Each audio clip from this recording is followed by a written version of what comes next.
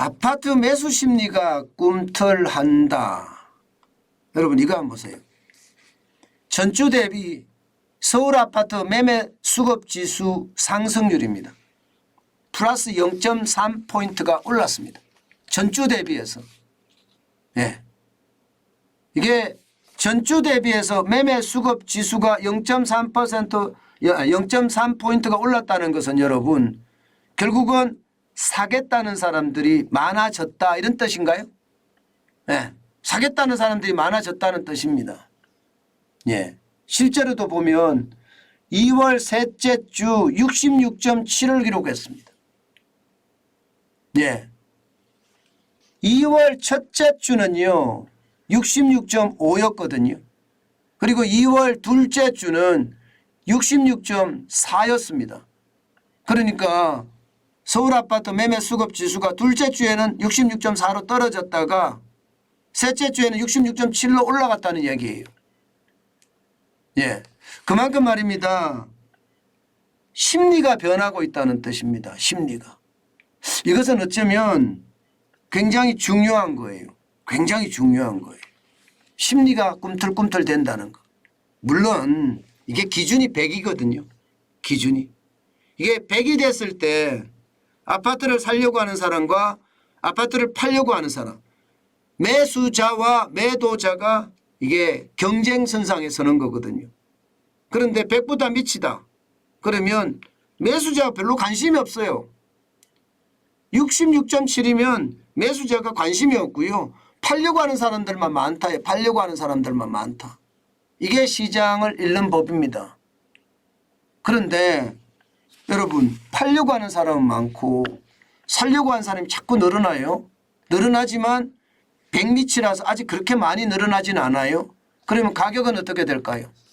가격은 팔려고 하는 사람들이 많으면요. 서로 팔려고 하기 때문에 가격을 낮출 수밖에 없어요. 가격을 낮출 수밖에 없어요. 심지어 말입니다. 예, 금매가 많이 소진이 됐습니다. 급매라고 제가 했죠. 급이 3개 달린 급매는요 거의 소진이 됐고요. 지금은 급금매가 소진되고 있는 중입니다. 그리고 금매도 가끔 소진이 되고 있고요. 실제 시장에서 말입니다.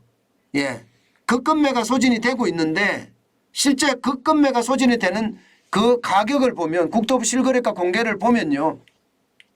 결국 말입니다. 급금매라고 이야기하는데 만나서 매도자와 매수자가 협상을 하는 거예요. 그 협상 과정에서 가격이 더 떨어집니다. 가격이. 결국은 급금매로 팔았다고 이야기하지만 나중에 실거래가 가격을 보면 급매하고 비슷해지는 거예요. 다시 말해서 가격이 이게 협상 과정에 또 떨어진다는 뜻이에요. 그게 일반적으로 지금 일상화되고 있습니다. 일상화. 그러니까 협상 과정에서 또 떨어졌네. 사람들은 특히 이제 무주택자 집을 가지고 싶은 사람들은 나 시장을 한번 들어가 볼래. 이러면서 임장에 나서기 시작하는 거예요. 임장에 나서기. 예, 그래서 제가 여보 집 보러 가자 했던 게 제목으로 달한 겁니다. 여러분 실제로도 말입니다. 1월에 주택거래 보시면 12월 기준으로 837건이었습니다. 그런데 2월 21일까지 아직도 7일이 더 남았습니다. 이때까지 1340건입니다. 이게 여러분 결국 시장은요. 사려고 하는 매수자들이 여보 집 보러 가자 하면서 나간다는 거고 매도자들은 지금이 기회다 팔 수 있는 기회다 하면서 집을 내놓는다는 뜻이에요. 그러면서 말입니다. 예, 협상 과정에서 낮춰서라도 집을 팔겠다. 뭐 그런 이야기가 지금 확실하게 형성이 되고 있다. 저는 이렇게 읽고 있습니다. 실제로도 말입니다. 여러분 실제로도 이게 손절매 가격이 나오잖아요. 내가 산 가격에 2억 9,800만 원이야 다운시켜서 판 사례. 이게 제가 있는 곳이 송파구거든요. 예, 가락동 힐리오시티면 여기서 얼마 안 되는 거리에 있습니다. 그런데 보시면 2020년 12월 31일 날 19층을 20억 4,800만 원에 샀는데 2023년 1월 28일 날 뭐 2년 만인가요? 2년 만에 17억 5천에 팔았습니다. 그러니까 2억 9,800만 원에 손절매가 난 거예요. 사실 최고가는 23억 8천까지 갔었는데 지금 2억 9,800만 원에 손절매를 감수하면서 팔았다는 이야기잖아요. 예, 지금 팔지 못하면 못 판다는 게 이런 얘기들이에요. 그런데 이게 여러분 이게 서울에서만 이렇게 손절매가 일어나던가요? 아니잖아요. 경기에서도 일어나고 예, 인천에서도 일어나고 있는 상황이잖아요. 이 말은 여러분 많은 사람들이 던진다는 거예요. 지금 못 팔면 못 판다 이렇게 생각을 하고 있다고 저는 그렇게 읽고 있는 겁니다. 실제로도 말입니다. 서울 아파트 매매가 변동률을 보면 여러분 낙폭이 굉장히 축소가 되고 있어요. 낙폭이. 예, 낙폭이 축소가 되고 있다는 것은 여러분 시장 자체의 거래가 이제는 많이 일어난다는 뜻도 됩니다. 예, 지금 2월 20일 주 보세요.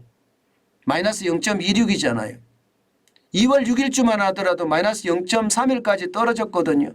그러다가 2월 13일 주에는 마이너스 0.28까지 상승을 했다가 20일 주에는 마이너스 0.26까지 시장에는요 여기다가 거래까지 따라줍니다. 거래까지 따라주니까 예, 시장의 분위기는 예, 이게 더 많이 숙성되고 있다 이렇게 이야기할 수가 있습니다. 물론 여러분 지금 정환진 TV에서 늘 이야기하는 6대 지수를 보면 집값은 더 떨어진다고 보여요.